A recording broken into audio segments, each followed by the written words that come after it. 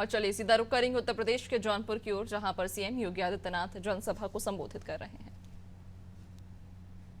2 कदम आगे राम भक्तों पर तो गोली चलाई थी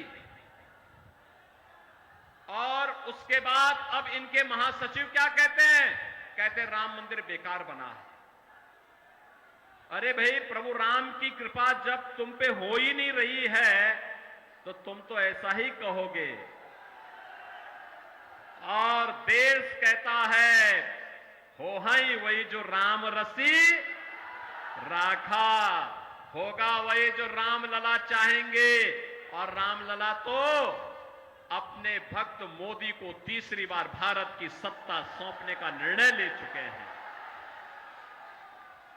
और इसलिए बहनों और भाइयों, ये चुनाव तो राम भक्तों के बीच में और रामद्रोहियों के बीच में है। एक तरफ रामद्रोही है, ये लोग देश के खिलाफ विद्रोह कर रहे हैं, गरीबों के साथ, महिलाओं के साथ, नौजवानों के साथ, किसानों के साथ, व्यापारी के साथ, बेटी के साथ, इन सब के साथ इन्होंने द्रोह किया।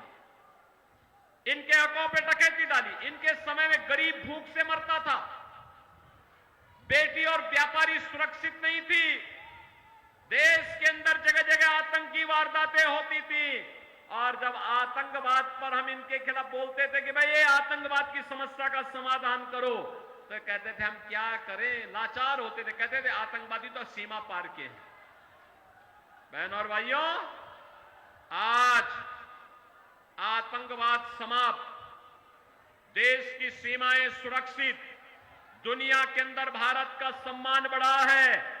अब तो पटाखा भी जोर से फट जाए ना तो पाकिस्तान सफाई देता कि भैया मेरा हाथ नहीं है, मुझे माफ करना, मैं इसके पीछे नहीं हूं।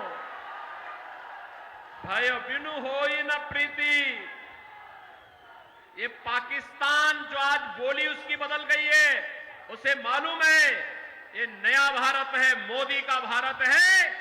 छेड़ता नहीं है, लेकिन कोई छेड़ता है तो उसको छोड़ता भी, घर में घुस करके मारता है, घर में घुस करके। ऐसे ही आप देखो, ये समाजवादी पार्टी के मुखिया क्या क्या बातें करते हैं भैया, आप देख रहे हो ना इनके हाल। यानी राम भक्तों पर गोली चलाते थे, लेकिन आतंकवादियों को, जिन्होंने काशी में संकट मोचन मंदिर पर हमला किया, अयोध्या में राम जन्मभूमि पर आतंकी हमला किया, उन आतंकवादियों के मुकदमों को ये वापस लेते हैं। राम भक्त कल्याण सिंह जी जो प्रदेश के पूर्व मुख्यमंत्री थे, उनकी मृत्यु होती है, संवेदना के एक भी शब्द नहीं। और अभी पूर्वांचल का एक दुर्दांत माफिया मरा था, उसके घर मातम मनाने के लिए चले गए। माफिया और समाजवादी पार्टी का चोली दामन का संबंध है, ये अलग हो ही नहीं सकता है।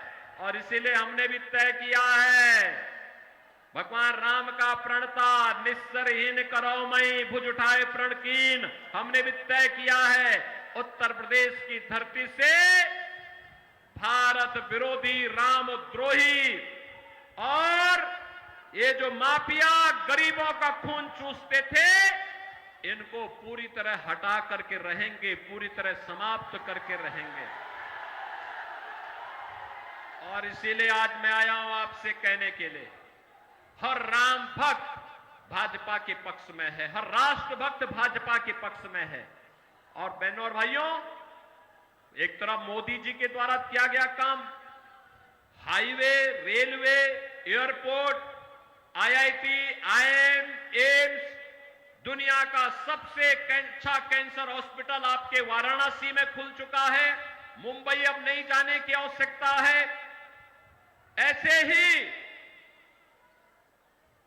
ये गिरीश यादव, रमेश सिंह, रमेश मिश्रा, ये सभी लोग जब मेरे पास आए, इन लोगों ने कहा कि हमारा जौनपुर का मेडिकल कॉलेज चालू हो। बहनों और भाइयों, मुझे बताते हुए प्रसन्नता है, जौनपुर का मेडिकल कॉलेज चालू हो गया। हमने कहा जितना पैसा लगेगा हम देंगे, लेकिन इसको बंद नहीं होने देंगे।